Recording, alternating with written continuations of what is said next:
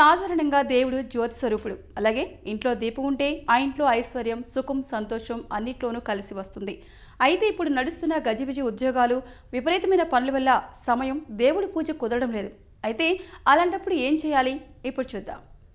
దీపం పెట్టడానికి సమయం లేనప్పుడు కనీసం అగరవత్తులైనా వెలిగించి ఇంటి మొత్తం తిప్పాలి, లేదా దేవుడి గదిలో అయినా ఉంచాలి. అయితే కొంతమందికి ఉదయం పూట దీపం పెట్టే సమయం ఉండదు. అలాంటప్పుడు కనీసం రాత్రిపూటైనా పెట్టాలి. సాయంత్రం పూట కూడా పెట్టే సమయం లేకపోతే ఆ ఇంట్లో వేరే ఎవరైనా ఉంటే పెట్టవచ్చు. అయితే ఇది కూడా లేని వాళ్ళు డూప్ స్టిక్స్ వెలిగించవచ్చు. దీపం పెట్టలేనప్పుడు వినాయకుని స్మరించి శుక్లాం భరధరం అనే శ్లోకాన్ని పఠించండి. అప్పుడు దీపారాధన ఫలితం కొంతవరకు పొందవచ్చు.